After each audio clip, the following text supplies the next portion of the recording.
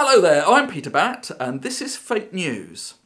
Fake news, shooby-dooby-dooby-doo. Fake news, shooby-dooby-dooby-doo. Fake news, shooby-dooby-doo-boo.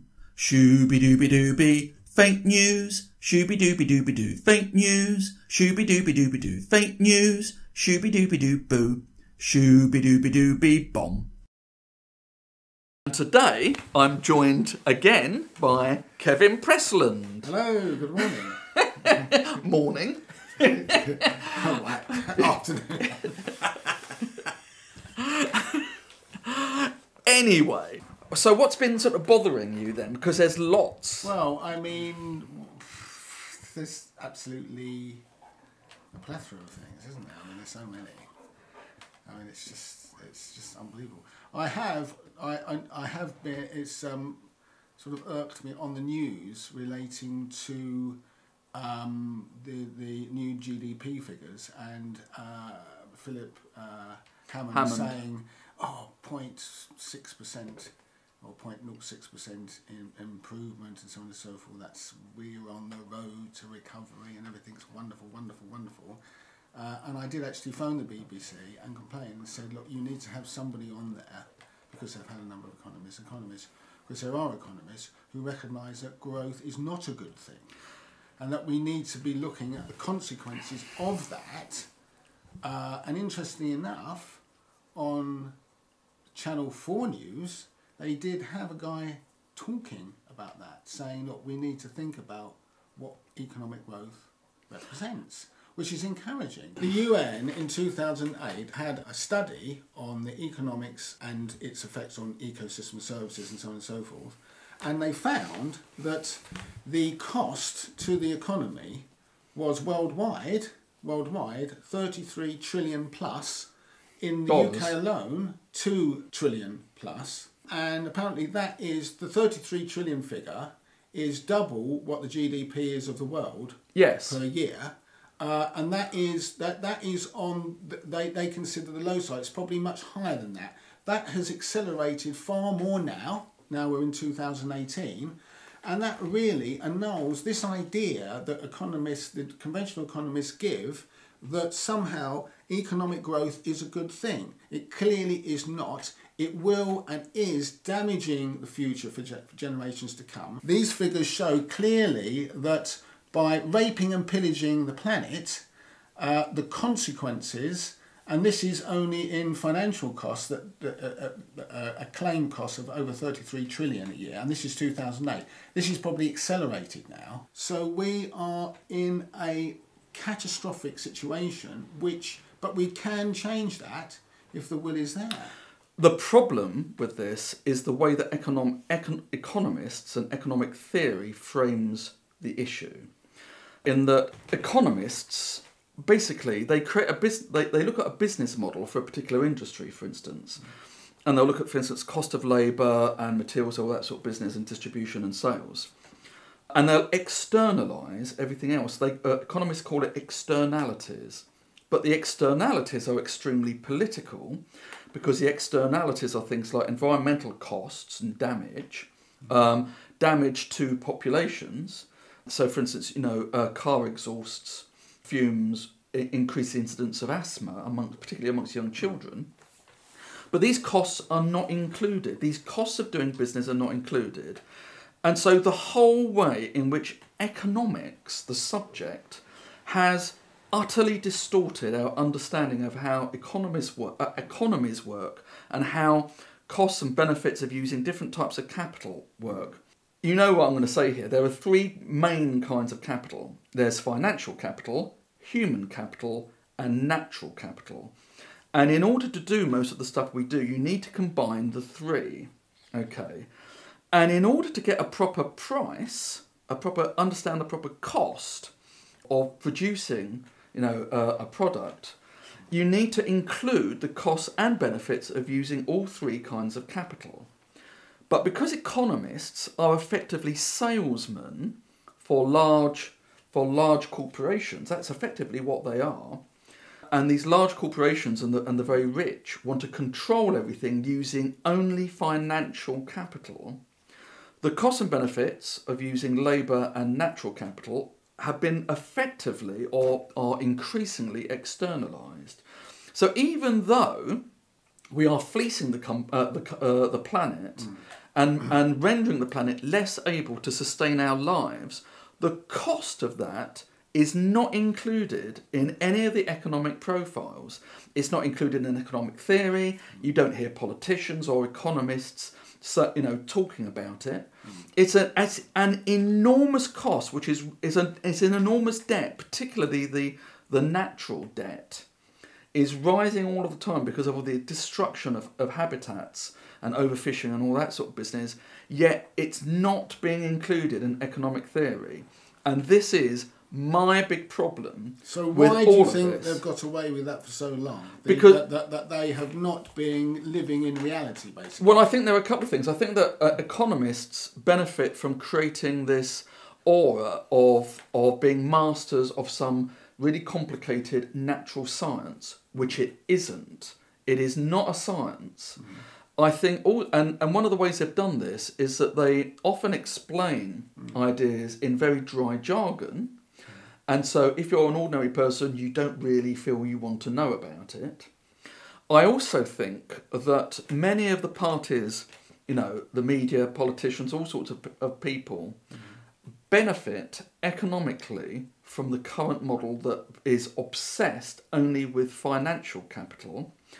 And they just don't have the perspective, they don't have the inquisitiveness, their minds are closed, unfortunately, to the wider costs and benefits. And as I say, costs, they don't. You listen to an economist on BBC News when they're talking about, for instance, the oil price or something, you never hear any of them say, oh, and by the way, we can't, we're going to have to leave 2/3 of the oil, still that exists still in the land, otherwise we will fry the planet and we'll all die. You just don't hear this. They do not have the perspective. So they really, have externalised they live in a unrealistic world. They live in they've lost touch with nature. They've lost touch with the intricacy, the interdependence we have with all those beautiful things. They've lost touch with a recognition of the beauty and quality and of the natural world and how important it is. Well, it's not just in all those things. They've lost touch with all that. It's not just the natural world. They've lost touch with what we are as human beings. Exactly. We're not just units of consumption. That's what I'm saying. They've lost touch with you can see it in society. Well, we need more of that. There's a whole load of stuff around GDP, a great deal. So, for instance, when George Osborne was Chancellor, he included prostitution in the GDP figures. Oh, I see. So they can take things in and out of GDP. Indeed, they can. So GDP is not this sort of like objective thing. But it's not representative of good things happening, is it? So bad things can happen, but the GDP can be improved by the bad things happening, can't they? Indeed. Because so I mean, for instance, obviously have to. If there's a bombing somewhere and the buildings and so on and so forth, and there's a lot of infrastructural damage, that will be a benefit to GDP, I reckon. Yes, so I mean GDP, it's not all good stuff. The second thing about GDP is who benefits from it. Who benefits from growth? Well, if you look at the distribution of the increased profits over the last 20 to 30 years, they have disproportionately gone to the owners of capital, i.e. large corporations, people who invest, and away from people who only have their labour to sell. We need to be talking about prosperity, not growth. The whole assumption, and it's a false assumption, made by TV economists and all sorts of commentators, is that you need growth in order to give us a good life and give us jobs. No, you need prosperity. You need to redistribute wealth and income. Because basically the reason why ordinary people feel that they're being driven to working harder to create this growth is simply to enrich a very small group of people. It's not actually benefiting them. No. And so the only way they are actually going to get the benefit is by some sort of redistribution, something like universal basic income, which will actually then allow people, ordinary people, to be much more entrepreneurial. And the research, where it's been applied suggests that they will. But it's also about not allowing those bigger companies to be big companies. So, for example, we need, as much as possible, local production for local consumption. We need to be revitalising local economies. We need the money to stay in the local economies. Large companies don't contribute to those economies. They mean fleece off of those economies.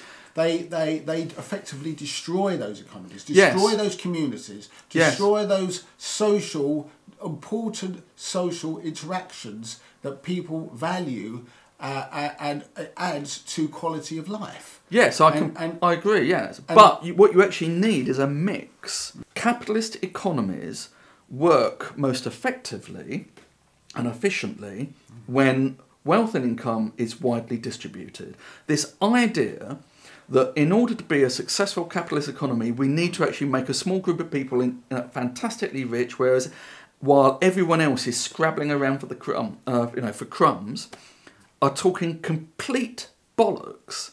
And Oxfam and various other organisations have brought this to light, that there are now 65 people who actually have more money than half the population of the world. Yes. Which is obscene. Exactly. Absolutely obscene. And so if you want to spread employment, if you want to spread prosperity, you don't give tax breaks to the rich. You give breaks and income to the poor, because as a proportion of the income they receive, they will have to spend more. If you give money to the rich, what they will do is they will hoard the money. They will hoard their wealth. And so the money effectively becomes dead money. And so this idea that, you just make everything better by encouraging rich people to become richer, nothing could be further from the truth. It is complete nonsense. The trickle-down effect does not work. Well, there's more than that, isn't there? Because you have a situation where they always seem to be governments, particularly in the UK, and I'm sure in other countries as well, they seem to be given sweeteners to big companies to come into countries and basically use their resources and so on and so forth, as if somehow we need these big companies all the time to come in and do all the things we need to have done, rather than support the development of small to medium businesses that can contribute within the country, improve the quality of life of the people in the country, improve people's opportunities within the country, keep the money within the economy of that country. Yes. Time and time again, we see these companies are so big, they move their tax issues into various other places depending on how they can get the cheapest tax deals and so on and so forth. And governments seem to be unable to control that. So where is the HMRC and where is the Chancellor in this? Big companies benefit, they drag up resources through economies of scale. Because they're so big, they can actually, their operations per unit of effort is more cost effective than for a small company, right?